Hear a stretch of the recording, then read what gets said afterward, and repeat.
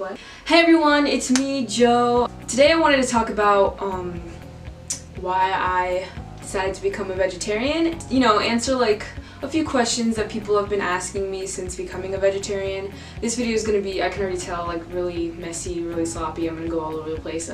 The reason I wanted to make this video is because people ask me when they find out that I'm a vegetarian, when they find out, because I try my hardest never to be found out. It's like my little secret. Like I try not to let people know, and I'm doing really well. My dad still does not know I'm a vegetarian. I wanted to explain myself because sometimes when people, especially adults, find out that I'm a vegetarian, when they find out that I'm a vegetarian, they kind of get a little like, not judgy, but like, yeah, judgy. It's astounding me how many people have just not judged me, but like they feel like me being a vegetarian has hurt them somehow. And I don't know why, because how does me being a vegetarian have anything to do with you? And I've literally had people be like, oh, why? And I'm just like, geez. So I'm gonna make this video because it's super hard to explain. And when someone genuinely wants to know, like, oh, you became a vegetarian, why? I just don't want to go with, oh, because, you know, animals, they're cute, right? I think it's, for me at least, way so much more than just animals are cute. Like, what's the difference between eating a chicken and eating a dog? Like, what's the difference between that? That's never going to be my go-to. That's never going to be my answer, because it's not my answer. I don't know, it didn't affect me as much. As much as I love animals, them being killed for food wasn't that drastic to me. So my journey to becoming a vegetarian was very gradual. Like, it wasn't this thing that I just, you know, I was eating cheeseburgers and hot dogs one day and the next day I was like, nope, broccoli it is. I worship you, broccoli. No, it wasn't like that. I think I started like my health journey in general in middle school, sort of. It was in middle school that I like stopped eating candy, and that was something that I didn't even notice. I just stopped. It was crazy, like, and I just felt so much better. It was such a weird thing, like, and then when in high school I stopped drinking soda, and it wasn't because of anything. I'm not a huge fan of soda anyway. I'm just saying, like, I stopped drinking soda, and that was just because of me being like a more health conscious and reading articles and understanding all these things and just trying them in my life, because I'm a huge like, if it's like, you know, better for you, why not change, why not improve, why not discipline yourself? So that's something that I've been doing. When I started reading things about like meat and its direct link to like cancer and all these other diseases and all this stuff, I stopped eating red meat, first of all, and that was something that that was very slow. Like, I did have to like eat red meat again because I wasn't forced to, but I hate when someone prepares food for me and I can't eat it because I'm a vegetarian or because I don't eat red meats. I feel like that's the rudest thing in the world, so I did eat red meat after having stopped. So so that did happen, but besides that, there was no incidents. I didn't have any temptations. I wasn't like, oh, I wish I could eat. No, you never hear me complaining about wanting to eat meat, because like, I don't know, one, I don't crave it anymore, and two, I think I'm very good at self-discipline, something I've always done since I was a kid. So I wasn't even thinking about becoming a vegetarian ever. I just thought, okay, not eating red meat, that's fine. White meat is good for you. Chicken, turkey, whatever else is white meat, that's good for you, so I can still eat that. Sometime last year, my mother, who was seeing a nutritionist at the time, she had this like anemia thing, so she had this nutritionist who wanted to see her once a month, and she would take me because she needed someone to translate all the doctory stuff, and I would always go with her. So the first time I went to one of these sessions, that's when I learned that my mom had been dealing with pre-diabetes for the longest time, and that's something I had no idea about. The doctor was just like, so you were pre-diabetes and all this stuff, and I was like, what? I had no idea about this. My mom was like at the edge, like just about to become a diabetic. We went to go see this nutritionist for the first time. She was like, so you were pre-diabetes for a very, very long time, and then you got so close to becoming a diabetic full on. But thankfully, you've reversed your diabetes. And this isn't something I read in like a book or something. This is what the nutritionist doctor told my mother. So I was like in my head thinking, you can reverse diabetes? Like whatever you've been doing, keep it up, because this is a huge change. You have completely gone out of that pre-diabetes like zone, because she had a chart and there was like zones. It was weird. And my mother was like, oh, the church did this fast and we did this stuff. And then I was like, okay. So my church does this fast once a year in January. This particular year we were doing it for 41-ish days, 40 days. So it was like a month and like 10 days and something like that. So the fast consisted of no meat, no sugar, no like starches or bread or like something like that, like you know, along those lines. And it was just mostly fruits and vegetables for the majority of it, and that's what my mom has been doing. So I had no idea you could reverse diabetes. I didn't know that was a thing. I thought once you got diabetes, you got it, and that was all. That's your life.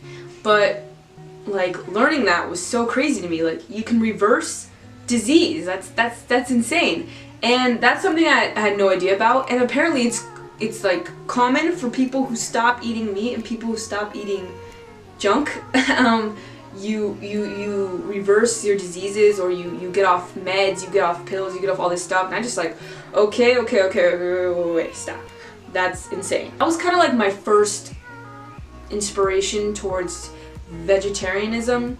Like I had always been a healthy eater, but like still, that was crazy to me that you could reverse your disease. And I learned how diet is directly related to disease. Insane. Why don't they tell us these things? Animals and my health. So those two things, which is fine. I love animals and I care a lot about my health. Still gonna eat chicken. That wasn't enough, I guess. It just wasn't enough. May 2018, which was 3.5 months ago, I had a friend who had recently become a vegetarian, and she told me about this documentary called Cowspiracy. And I love documentaries, I'm gonna be honest. Like I love to learn in the film format. It's just an amazing way. I love film, so like learning something while also being entertained with this montage of video and information is just really good. I've seen a lot of really good documentaries. I haven't really seen a bad one yet. So she's like, you should watch it, it's so good. And this wasn't to like pressure me into being a vegetarian or anything. She just told me about it and I decided to watch it. And I did, and wow, the things that I learned.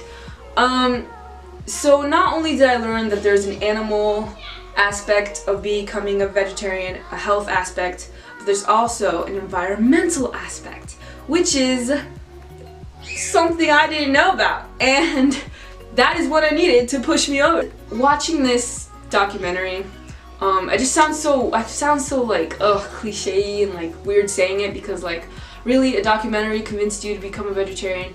Yeah. So this documentary basically was talking about how animal agriculture and the business of factory farming and all this stuff, how it affects the planet and the environment, how it affects land, how it affects air pollution, how it affects water resources and these gases and all this stuff, and it's just so terrible for the planet.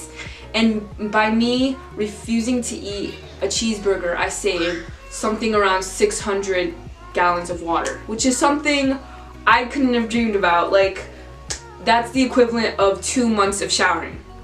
What? Yeah. What?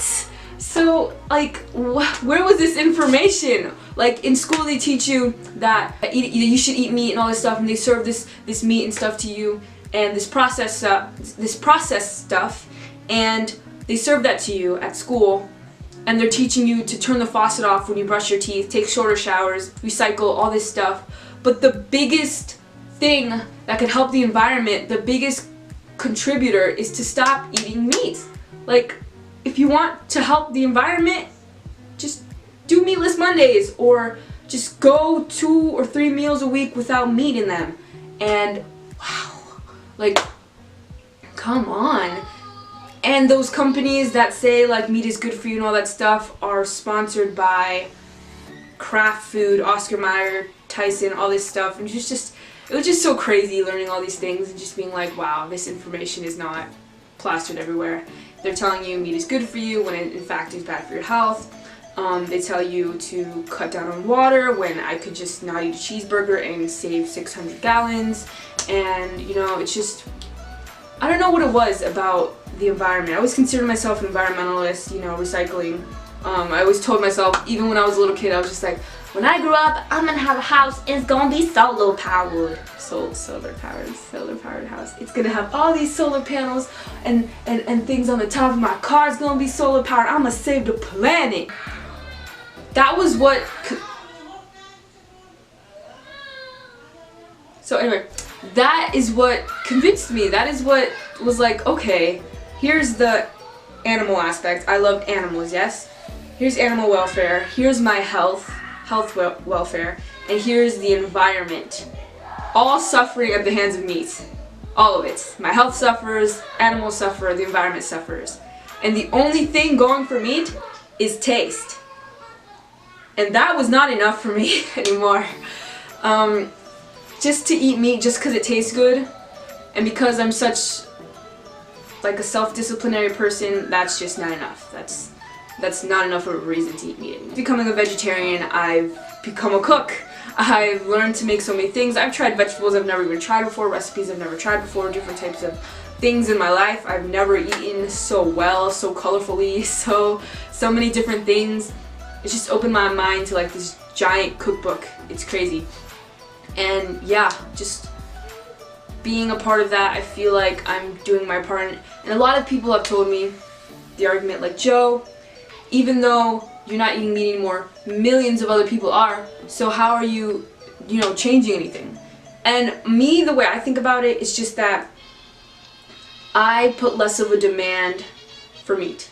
I used to buy meat every week. I would buy my own groceries every week, and I used to buy chicken or ham or whatever the stuff I needed for that week, and I would buy it every week. And now I'm not contributing to that industry anymore. Not only is that like good for my morally for myself, but just like I'm creating less of a demand. And I think vegetarianism is on the rise, and that's why chains like Burger King and Five Guys are introducing more vegetarian options, which is crazy. Burger King became the first fast food chain, I believe, to introduce the veggie burger, and I was like, okay, wow, so people are asking for this. This is popular. Vegetarianism is something that's becoming more popular, and companies are taking notice. And now that's one less burger that Burger King is making that is meat related. So it's crazy. Like even though thousands and thousands and hundreds of millions of people are still eating meat, I'm creating less of a demand. Vegetarianism is on the rise, and more people are becoming health conscious and are stopping eating meat, and that has an effect on companies who create meat. That's less of a demand. That's one cow that may, you know, not be slaughtered, and that's a lot of things, okay? So even though I'm a vegetarian now, I don't like to say it. I don't like being considered a picky person. And before becoming a vegetarian, it didn't matter what you put in front of me, I would eat it. Didn't matter what kind of thing it was, I would eat it. Now I have to be more careful about things. And I don't like that aspect. That's the only negative thing. I don't like to be considered picky because I want to, you know, just go along with everything. I won't die, you know, if I have a chicken sandwich tomorrow. But I choose not to. So if one day I decide to stop this, I doubt it, but if one day I decide to stop this, I don't need any like, haha, see you went back, or any of that. Like, just, you know, let everyone decide. I'm not trying to convert everyone to be a vegetarian. No. I just think that people should be more aware of their options, because honestly, I felt like if I was having a meal and it didn't have meat in it, then the meal wasn't complete. And that's bad. I just want you to know that there are options, okay?